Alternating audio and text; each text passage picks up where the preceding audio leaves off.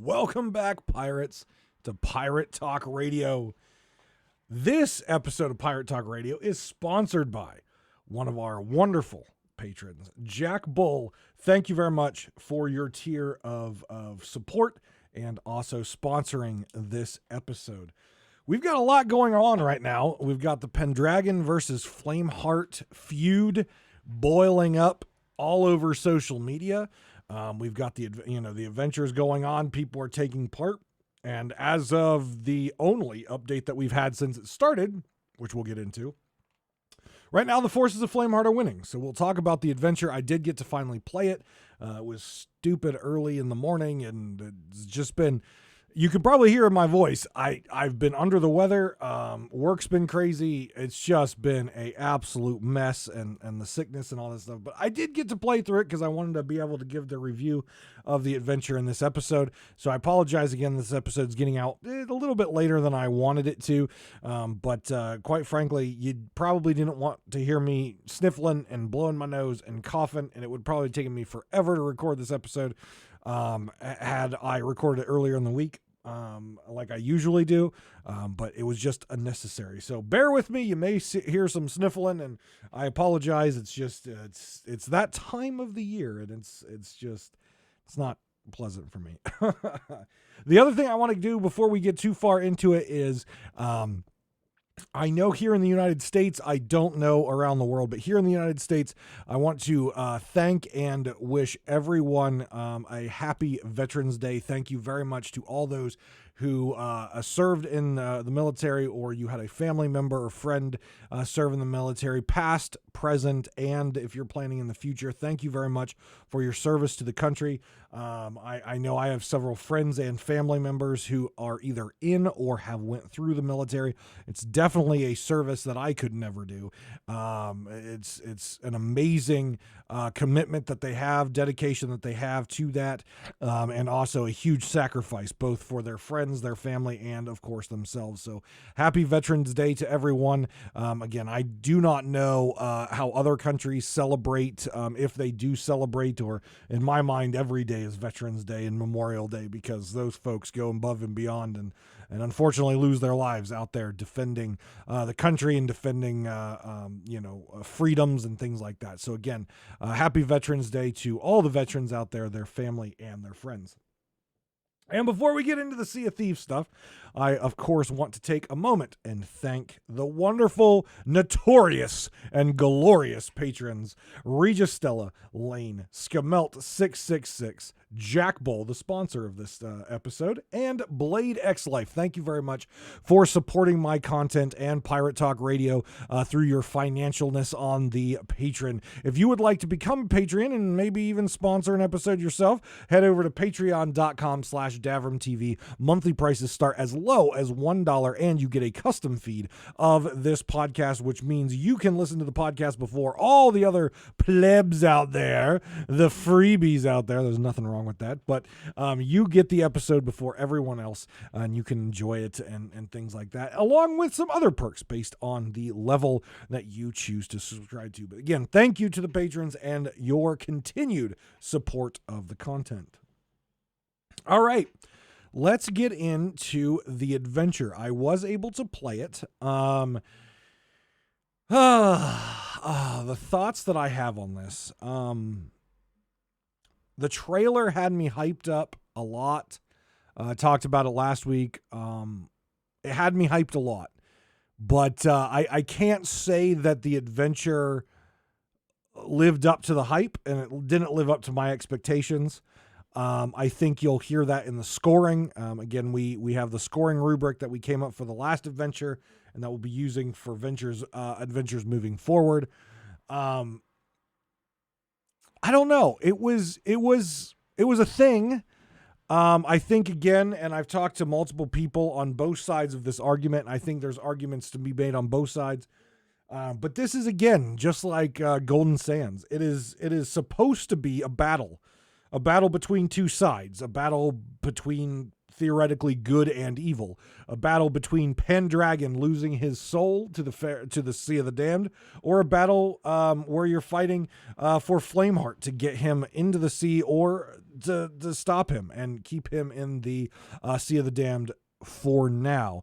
And I think that is where we'll start. I think that is the biggest disappointment I have here, because regardless of which side of this battle you're on, if you're on the side of Pendragon and the mustached man, or you're on the side of Flameheart and the bearded skeleton man, it doesn't matter. It doesn't matter. When it came to Golden Sands and hearing about Golden Sands destruction, it was either it was going to be destroyed or it wasn't going to be destroyed. Now, of course, there was a lot of us speculating that they would turn it into something, so it wouldn't just, be a hole in the ground or be something that's claimed by the sea. We all speculated it would turn into something, but it was presented in such a way that either you save the beloved outpost or you lose it. And this one in the hype trailer was portrayed as either Flameheart is gone or Pendragon is gone. That was how it was portrayed. And as we dive into it, even when you're just looking at the deeds, it completely counters that entire push-pull of this adventure. Because in the deeds, it states that a victory for Pendragon is only temporarily stopping Flameheart, and that his return is inevitable. And throughout the adventure, you hear that, you read that in the journals, and experience that through the characters, in that even if Pendragon wins this time and we keep Pendragon in the Sea of Thieves and not banished to the Sea of the Damned, Flameheart is still coming back. So for me, that was a big disappointment. The choice was said to be on the official Sea of Thieves podcast, a gut-wrenching community decision that determines the fate of beloved characters. And sure, Pendragon is a beloved character. Flameheart's even a beloved character with some folks. But it's not determining the fate of two characters or multiple characters. It's determining the fate right now, from what we can see, of one character. Flameheart's coming back regardless. That is what the text and that is what the verbiage of this adventure has told us. The only character that we're fighting for right now is Pendragon. That's the only character that the adventure legitimately says this character will be banished to the Sea of the Damned for the foreseeable future, or potentially forever. But Flameheart, the other side of the coin, the bad side, if you will, is still going to come back, and his return is inevitable. So it really comes down to a choice of, do you want to save Pendragon, or do you want to speed up the return of Flameheart so we can theoretically speed up getting rid of him and moving on to a better villain? That's really what it's come down to. And it sucks.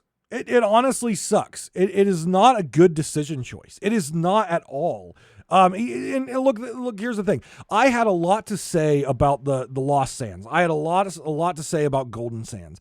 I had a lot to say about that because it was supposed to be a war, and it never felt like a war. It felt like a series of Merchant Alliance missions, and that's what it felt like.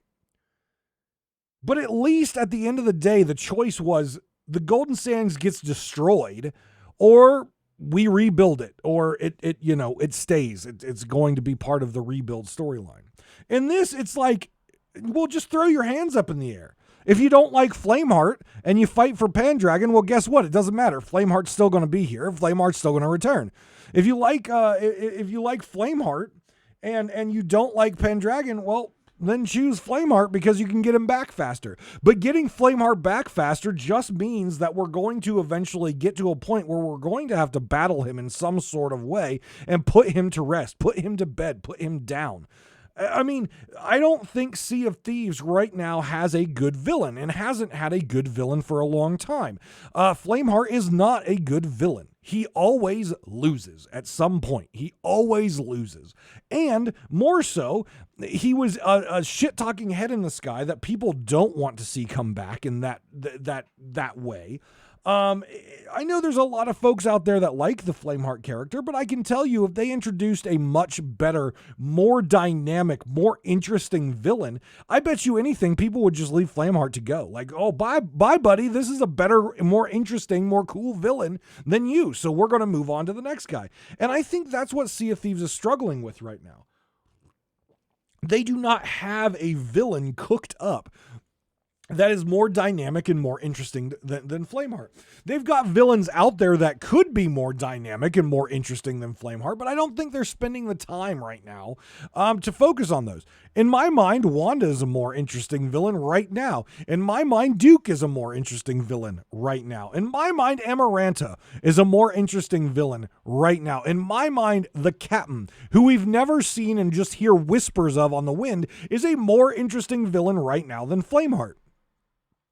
Hell,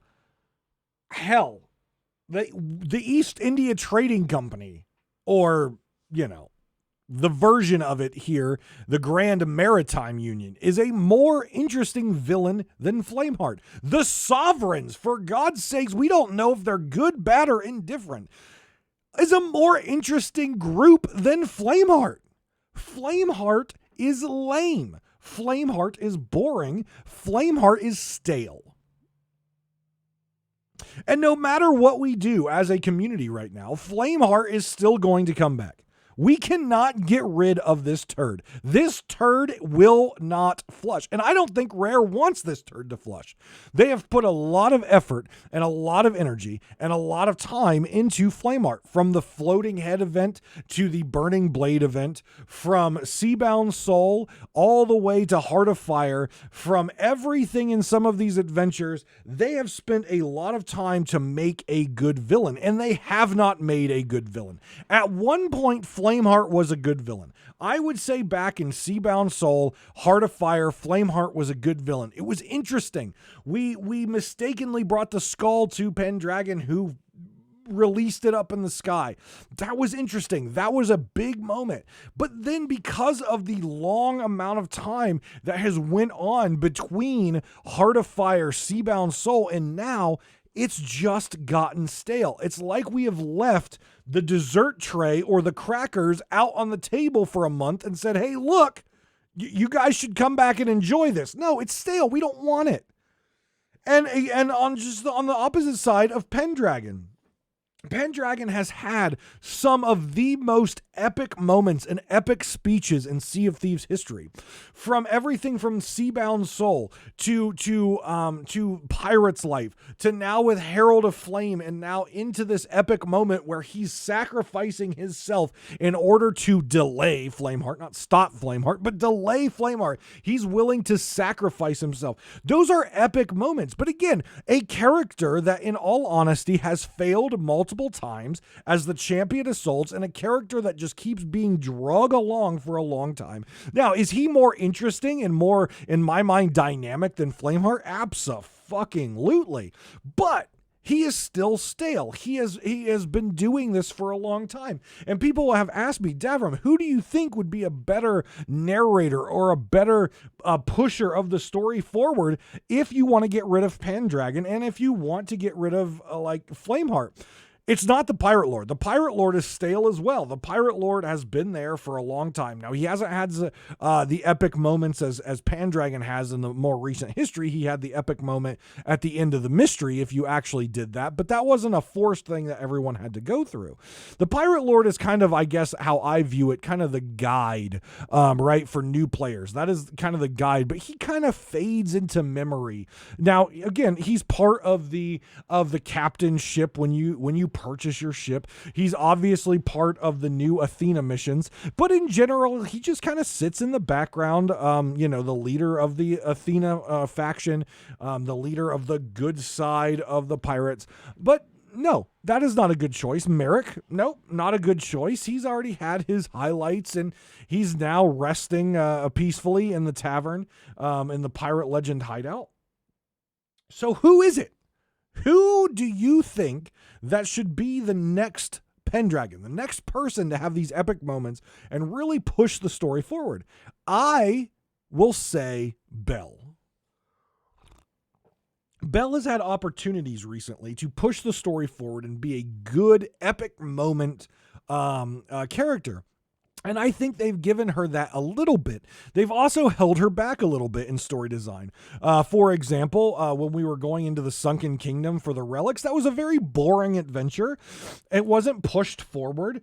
Belle just kind of took a back seat, but then again, she also had an epic moment with the Dark Brethren when they had Merrick and you were standing on the Sea Dog Tavern dock. She had a really epic moment there, and I think with a little bit of help, they could push Belle into the next kind of good guy leader of Sea of Thieves. And on the reverse side, I think just with a little bit of extra oomph, they could push the Dark Brethren into a next good bad guy group of Sea of Thieves, or pick one, Duke, Amaranta, whatever. But the problem is they're not willing to pull that trigger. They're not willing to rip that ripcord and give the bad guys a win, right? So many times in movies, in books, in comic books, right? That's what we expect. We expect the good guy to go into battle, maybe struggle a little bit, but at the end, win, right? But over a long narrative, let's say comic book series, let's say movies that span across multiple versions, right? The bad guys are going to have their day and they're going to get some wins. In Sea of Thieves, the bad guys don't win. Look at the Gold Hoarder. The Gold Hoarder had all this gold. We invaded the shores of gold. We beat him up. We beat him down. We destroyed him just for Davy Jones to bring him back in a pirate's life, for him to get beat again in his one moment. Now he's a lollipop. Right? I think Sea of Thieves needs to get off this horse of when we do an adventure, the good guys have to win. The good guys always have to win. And sure, people might say, well, community decision. We could have lost Golden Sands. We didn't. We haven't seen the bad guys win. Oh, but what about Merrick? When Amaranta, killed Merrick, did the bad guys really win? It set up a pretty epic moment there, and that would probably be the closest the bad guys have ever been to winning. But then you flip around and you do the next one where we go into the Sea of the Damned, and we had a very lackluster, really bad adventure where the Dark Brethren just sat up on top of a spire and commanded a whole bunch of useless phantoms down to attack us. It didn't set them up as a good bad guy group. It really set them up as we don't really care about what's going on here. We're just here. And I think Sea of Thieves really struggles with the villain side of writing. They have these really epic moments with the good guys, from the Pirate Lord and the Mystery to Pendragon in Seabound Soul and the Pirate's Life, from Belle, the moment when Amaranta was stealing Merrick away and had him in the Sea of the Damned with the Gold Hoarder stuff. They do really well at writing these epic moments for good guys, but they do not write good bad guy story. And that's really disappointing, because that's what we need right now. We need a really good bad guy. And ladies and gentlemen, Flameheart is not it. Flameheart is not it. He has ran his course. He is boring, and yeah. And so people are probably wondering at this point, Davrim, which side are you on? Let me tell you which side I'm on, okay? I'm on my side. But Davrim, which adventure side did you do more? I did the Flameheart side more, and I'll tell you why. First off, if Flameheart wins, we get rid of the stale character of Pendragon in hopes that they write another good character into that epic moment role. We also get Flameheart back into the Sea of Thieves quicker so that we can then fight him and banish him, and he can be gone like the Gold Hoarder, hopefully turning him into another lollipop, and we can move on to a better good villain. So that is why I'm on the side of Flameheart. It has nothing to do with me wanting Flameheart to be around. It has nothing to do with me wanting Flameheart in the Sea of Thieves. It has everything to do with get him back sooner, get him back quick, and then we can end it and get on with our lives to a hopefully better written enemy. And yes, in the wake of that, we do lose the epicness of Pendragon, but hopefully that stale character that's been around for a very long time can be refreshed into another good character that's going to have even better epic moments in the future. Pendragon has an amazing story in the comic books and things like that. Absolutely amazing. He's been around for a long time. He has a lot of epic moments. I think he's a cool character. I just think his time has come that he needs to take a step back and they need to push another good character character to keep the game story fresh and moving forward. Same thing with Flameheart. We fought Gold Hoarder for a while. We pushed him aside. We fought Flameheart for a while. It's time to push him aside and move on to the next thing. And hopefully the writing for the next villain is actually halfway decent. So let's dive into how the adventure actually felt. So first off, the first thing I want to call kudos off, because you know me, I will call kudos when kudos are worthy. The first thing I want to call out is good job, Rare. Good job with the Festival of the Damned. I have been in this game for a very long time, and I have criticized you and criticized you and criticized you on using old, stale, rotten leftovers. And Festival of the Damned is one of those that was old, cold, and stale.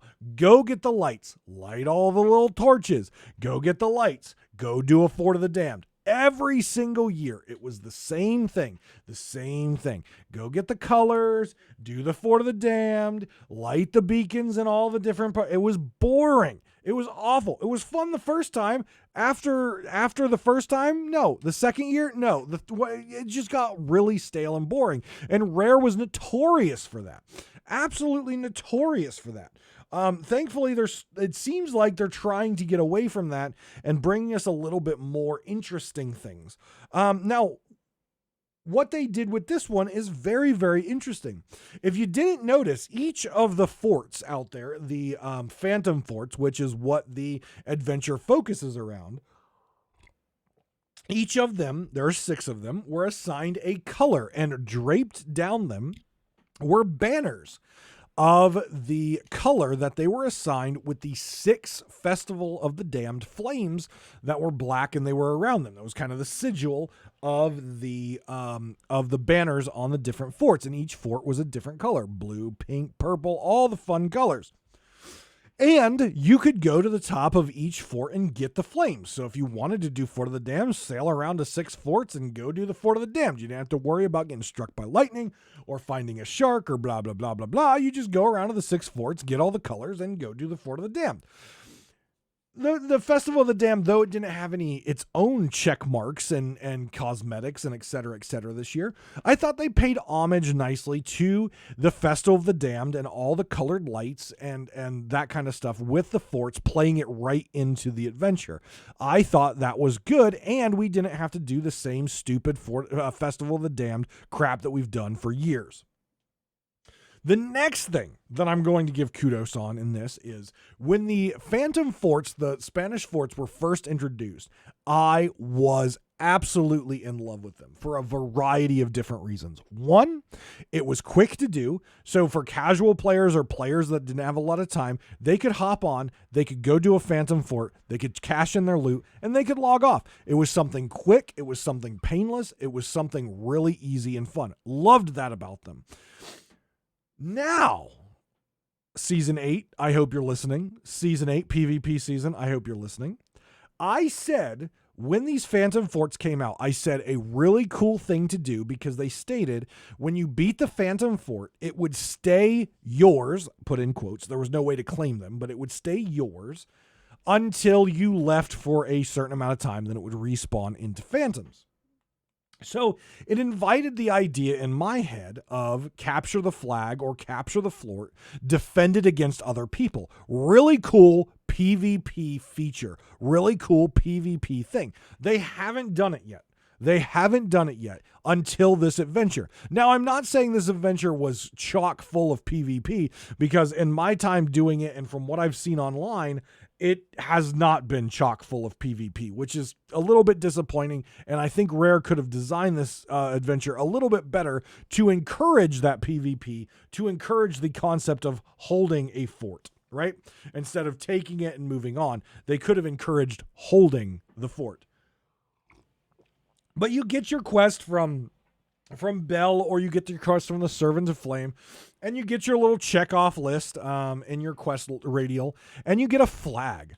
And you go and you beat the Phantoms in the fort, or you beat the Ancients if you're fighting a fort that's already claimed by Bell, or you're fighting the Phantom Reapers if you're claiming a fort that's claimed by Flameheart. And you scale up to the top after you beat the final boss, and you pull their flag down and you put your faction's flag up. And it's an absolutely epic moment. Now, is there fanfare and fireworks going off or epic music aside from the amazing fort music? If you don't listen to the Spanish fort music every time they're there, there's something wrong with you. The fanfare and the music that was put in for the Phantom Forts is by far it makes you feel alive when you're playing this game, especially the boss wave. It absolutely feels amazing. It's lovely. It's amazing. But it has that moment of claiming. You actually have to lower the flag and raise your flag. And it's absolutely perfect. Here's where I think they could have done it better. You lower the enemy flag, or if you're taking a fresh fort, you raise your flag. And of course, you can collect all your little dolls and things like that. And we'll get to the dolls in a second because I think there was a little bit of an implementation issue with those. But you lower your flag and raise the flag that you're associated with. Now, how I think this should go. Okay, how I think this should go. If you stay on the fort, because it is mentioned when you are taking the quest that some pirates may remain on the fort to defend it, while other pirates may sail on to attack the next. However, there is no reason for you to stay and defend it, because in the time that I did this adventure, the couple hours, that flag that I put up never dropped, and no other pirate, went and stepped foot, from what I can tell, or at least changed its color. That flag never went back or changed.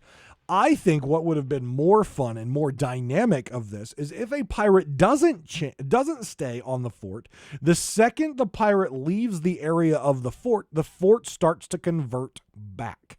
So if the fort is Flameheart, it starts to go back to neutral. If it's for Bell, it starts to go back to neutral. And the points for the winning side, Flameheart or Bell, is time. How much time did you have control of the forts?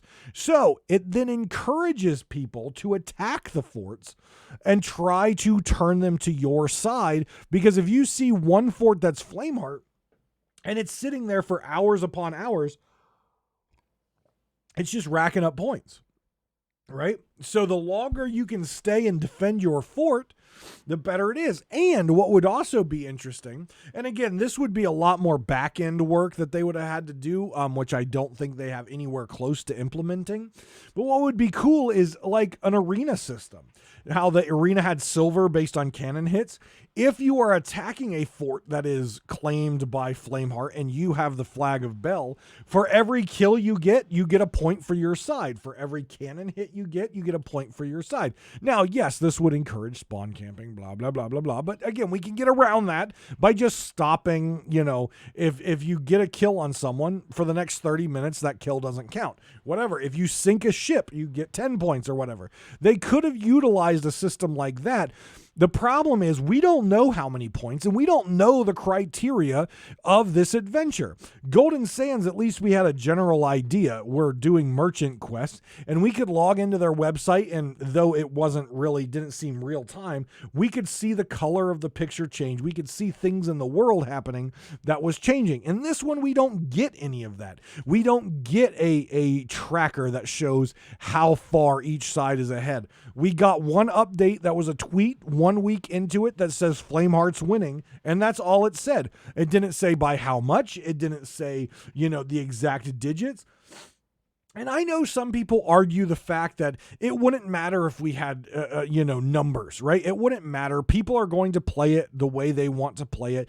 But it does matter, because there are people out there on Twitter and there are people out there on social media that are clearly trying to sound the war horn and trying to get their side to log in and do more. If they had some sort of real-time ticker that they could call upon and say, look, we are 500 points down. Let's go. Let's turn turn the tides and start to move that and actually have a in real time digital, will they know that every doll they turn in gets them a point? No, they're not going to know that. But if they can see a percent ticker that keeps moving back and forth with actual digits of points on each side, like, oh, 1,762,502 points on this side versus this, and they can see those numbers constantly rolling and changing and going back and forth, they can actually utilize that to maybe get some invigorated and get some blood back into their side and try to push it. Right now, they have no idea. We don't know where Flameheart stands except for that moment in time when they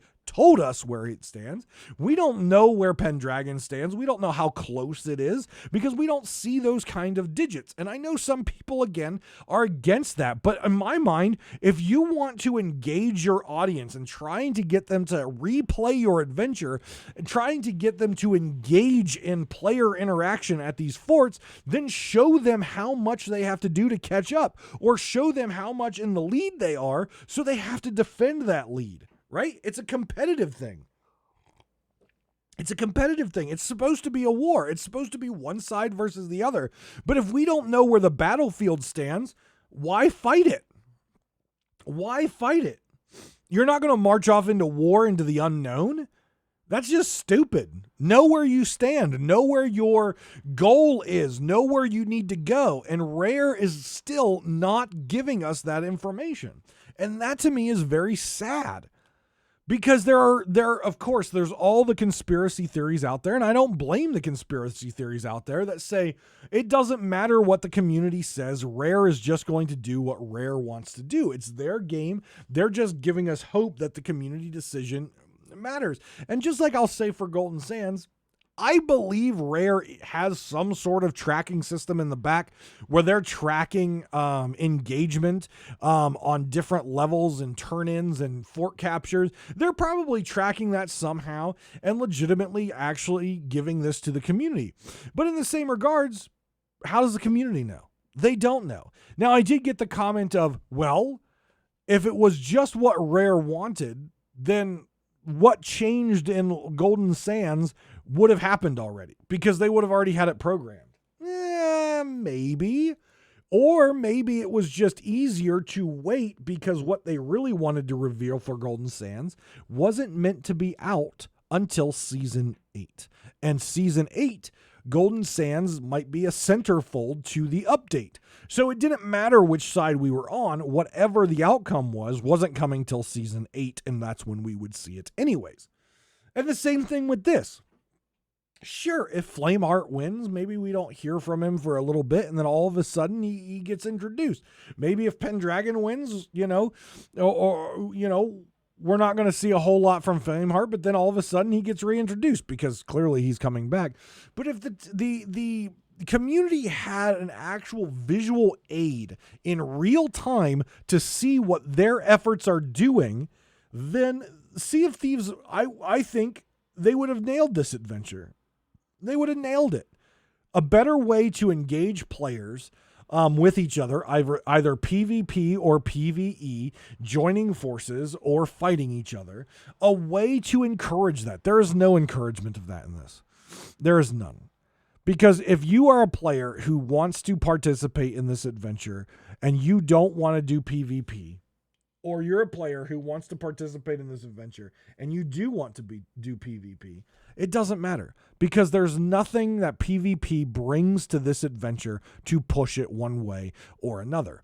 All that you have to do is, if you're a player who doesn't want PvP, let the PvP player take the fort, let them sail off to the next fort, you go claim it. Then you sail away when they come back to fight you and you go claim another one, and then they take it back and you just go back and forth.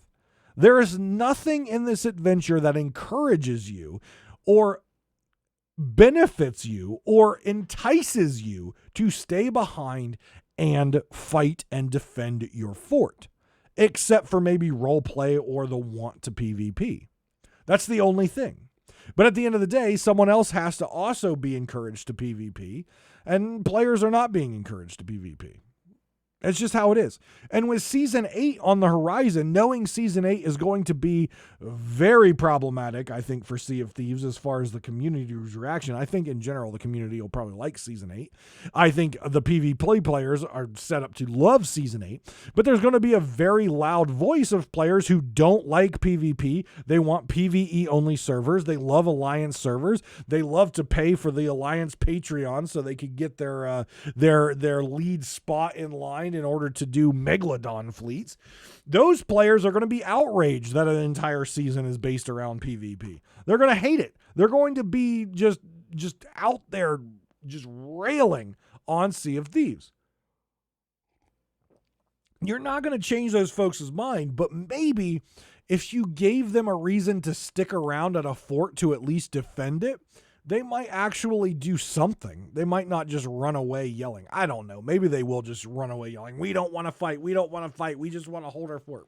Whatever the case is. It's a PvPvE game, and I think Sea of Thieves missed the boat on this one. They completely missed the board. The ladder went right by them. They have no real-time tracking, and they have no encouragement to stand and hold the fort. Raise the flag, move on to the next thing.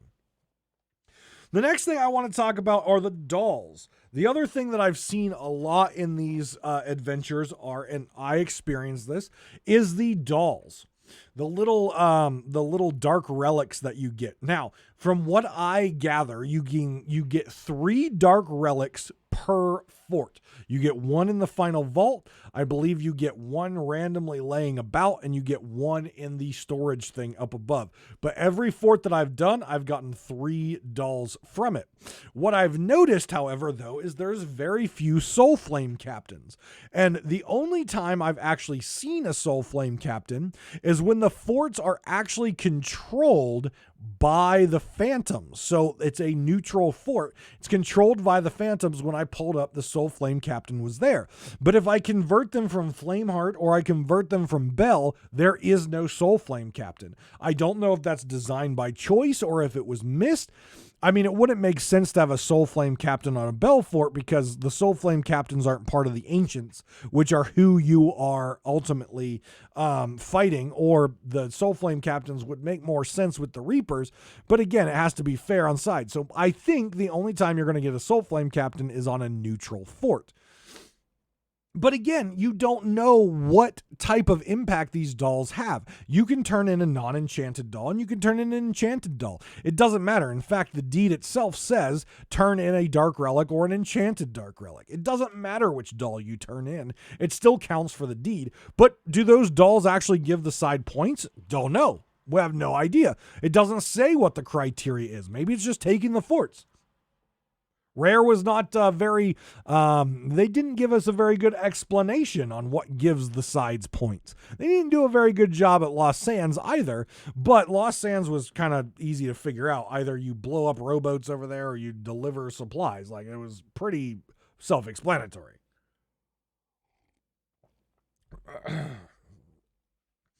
So I think that was a miss. The other piece that was really interesting to me is, and this revolves around the Festival of the Damned, is when I did the Reaper side, I picked up on this very, very closely. I don't remember it on the Bell side, but it might be there. It wasn't focused as much on the Bell side. But the verbal instructions, when the Servant of Flame tells you to light the flame, light the flame of fate above the fort, right? Well, you can't light it. It's already lit, and it's lit based on one of the colors. So it was very interesting to me that was part of what he said, but the flame of fate had nothing to do with the adventure.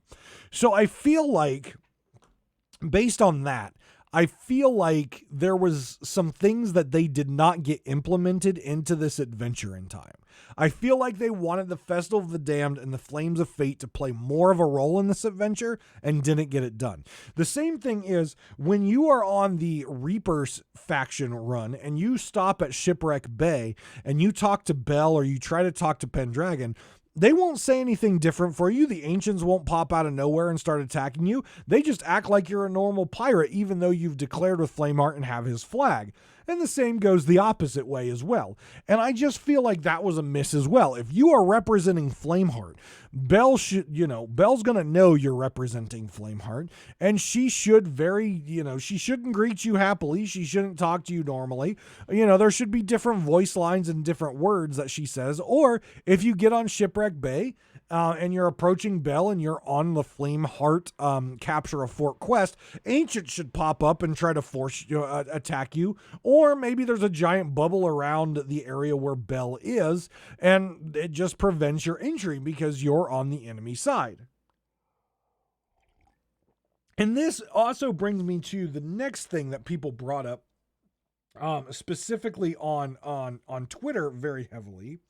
And that is the fact that during this adventure, Reaper's hideout is obviously the turn-in point for the Flameheart side, and Shipwreck Bay and the side of the Black Witch is the turn-in point for Belle and Pendragon's side. This is the interesting thing. There are no world events that spawn on Reaper's hideout. There are 2 events that spawn on Shipwreck Bay. One being the Ashen Winds, which spawns right by the Black Witch, and the other one being the voyage for the Order of Souls ghost ships. Now, there were a lot of people out in arms and outrage with Rare that people could spawn ghost fleets around Shipwreck Bay and interrupt their turning things in, or that the Ashen Lord were going to be on Shipwreck Bay and cause them grief turning the stuff in. I think it was a miss on the coding side to allow that to happen, but it fits perfectly with lore, right? It fits perfectly with lore. The Ashen Lords are on the Flameheart side. They're controlled by Flameheart. So why wouldn't they spawn on Shipwreck Bay and stop you from turning in? The ghost fleets, the final boss of most of the ghost fleets is Flameheart's Burning Blade.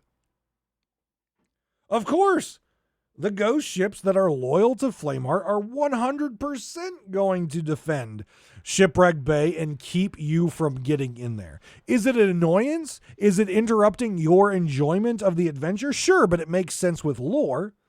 Now, what they could have done to make it more fair to stop that is they could have turned off the Ashen Lords like they turned off the volcanoes, and they could have made it so Belle has on her buoy that she has floating around wherever she's at.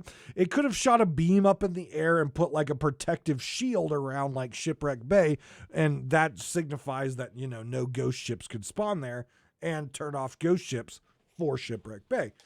That is something that they could have done, but what they did leaving it on, I think was an oversight. I think they didn't really realize that would happen. I mean, Rare has oversights all the time with their updates. All the time. They put out things and they're like, oh, we didn't see that in testing. Well, no, you're testing with, internally. Of course you're not going to see that happen.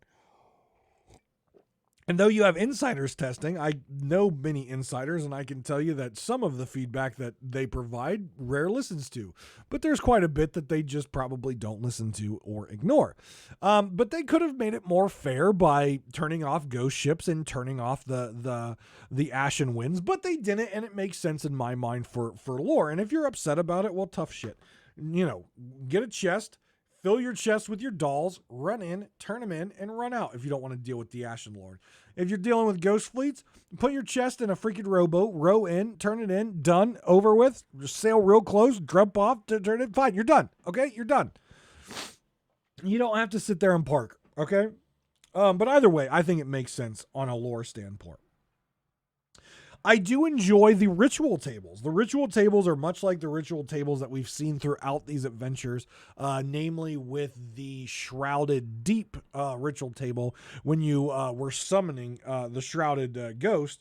But What's interesting about these ritual tables, and I need to do a little bit more of these to really see if it impacts it, but there's a flame in the center of the table, and it appears the flame grows bigger the more forts that your side has. And the table itself is a compass, if you didn't notice, and the forts are the colors of the different flames of fate, and they're actually positioned around the ritual table in the direction, the cardinal direction of which you would sail from that location to get to them. So I thought that was cool.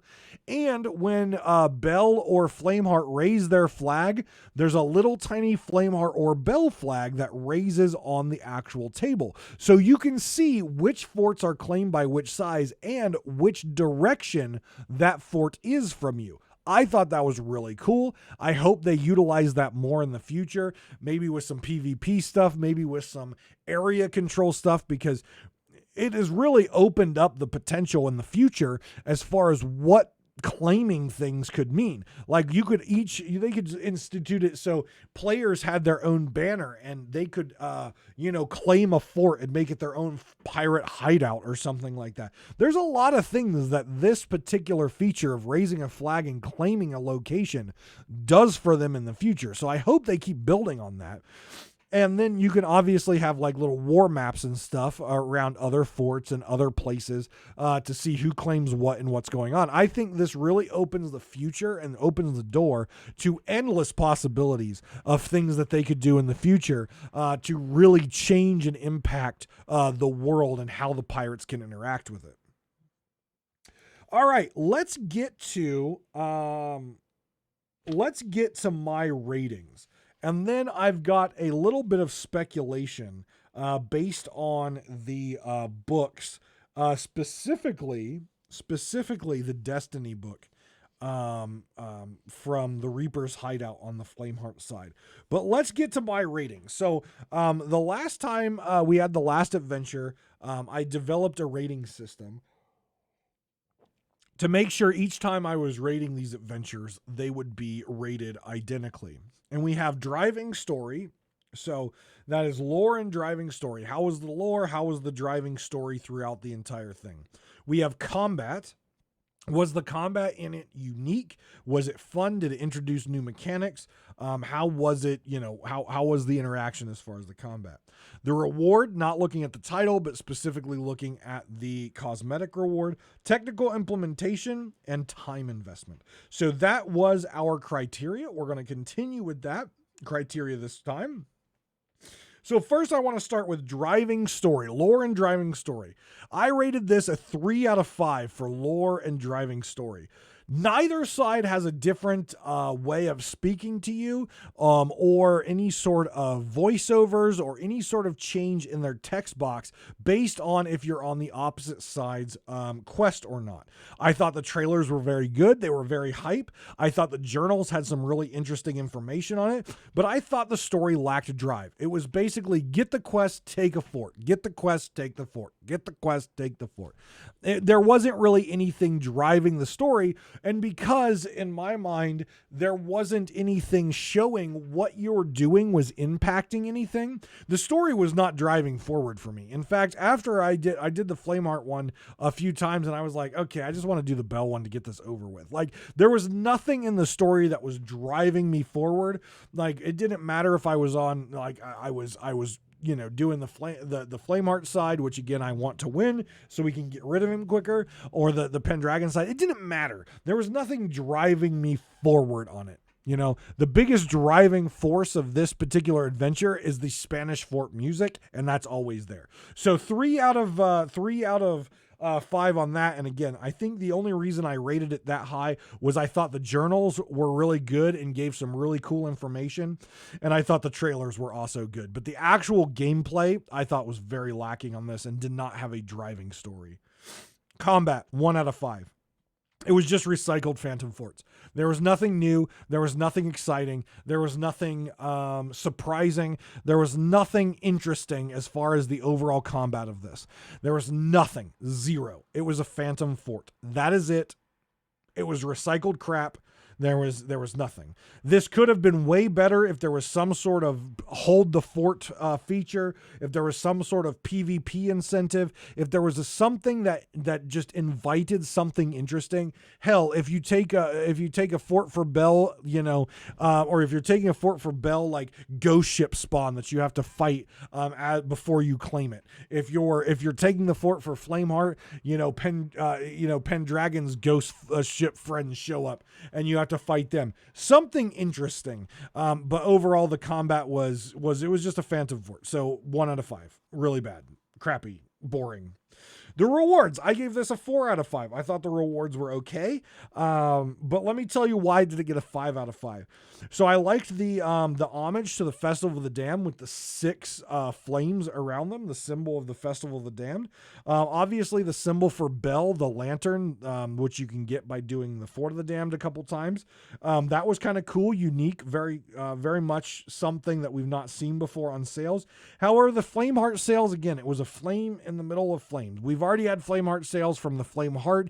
We've had sales with flames on them, right? We've had that before. Do something a little bit different. I thought the sales sets were still a little too simple, but I thought they were good enough. I mean, they were both unique. It wasn't a reskin to anything, but to get a 5 out of 5, I needed something a little bit more. Either the colors of the Flames of Fate were different colors. The flame on the Flameheart boat was something different. I don't know. Maybe his face. Put his face on there for all I care. That would be kind of cool.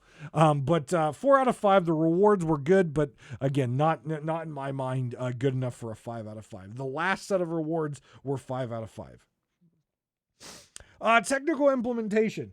As it was just beat Phantom Forts, there was no technical flaws in my mind. But I did give it a 4 out of 5 because of the community reaction around the Soul Flame captains.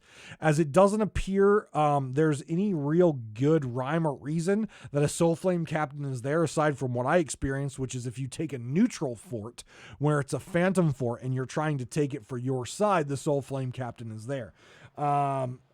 I don't know. It looked like it confused a lot of people as to why that you get 3 dolls, but there's no Soul Flame captain. It seemed very odd to the community. I gave it a 4 out of 5. There were no major bugs, no major flaws, but there was definitely some confusion around instructions from the Flames of Fate, what you're supposed to do with those, which is nothing, and the Soul Flame captain. They could have done a little bit better job of guiding you and explaining that, and they could have done a better job of evening out the amount of Soul Flame captains you get versus dolls. And then finally, time investment. I gave it a 5 out of 5. I thought this was perfect. It was quick and it was easy. It was a Phantom Fort. That's it. You could get in. You could do 2 Phantom Forts, one for Bell, one for Flameheart. Do the specific ones with the journal and be done with this adventure. Excuse me, hour tops. From the time I logged in to the time I had claimed 1 fort was about 30 minutes of my time. So at the end of the day, I thought this was excellent. I thought it was quick. Again, if you're on a bigger ship like a galleon and you've got to sail against the wind, well, tough shit. But I thought this was really quick. You could do both sides in probably an hour to an hour and a half. I thought this was perfect for the casual player. I thought this was perfect just across the board. And again, because it was so fast and so quick, it does encourage people to play it over. And since it's not just a delivery mission, you could have some combat in there with at least the phantoms, with a chance for maybe some PvP. I think the time investment was good. So 5 out of 5. Overall, driving story 3, combat 1, reward 4, technical implementation 4, time investment 5. That is a total of 17 out of 25 for this adventure score. That is a 68% D+. And I think that sums up my overall feeling very well of this adventure. I thought it was meh. I thought this adventure had a great hype trailer. I was very excited to get my hands on this adventure, and then I was very let down in the overall just adventure itself. There's no tracking system to tell me how my side is doing versus the other side. There is no like interesting combat mechanic. It was just overall just a meh adventure. You take a Phantom for it. It was reused content, and though the Festival of the Damned piece wasn't reused, thank you, Rare, the fact that there was nothing new and engaging with this particular adventure over just doing a regular Phantom for, aside from you need to turn in dolls to a certain place. That was the only new and interesting thing. So overall, I gave this adventure a meh, and the criteria says 68% D+. So there you go. All right. So the last couple minutes, I want to give you a little piece of speculation. And this speculation, the start of the speculation, comes from a good friend of mine who I met at Sea of Thieves Fest and that we play on stream on Mondays, Sales and Tales with Zorvia, though we have been playing Destiny 2 recently because of the seasonal grind there. There is a book on Reaper's Hideout. It is the Destiny book. Destiny 2 Destiny is a Destiny book, and it specifically calls out what happened to Stitcher Jim. So we know that Flameheart's skull was shattered by Pendragon and the Sword of Souls. However, he's got a head in the casket.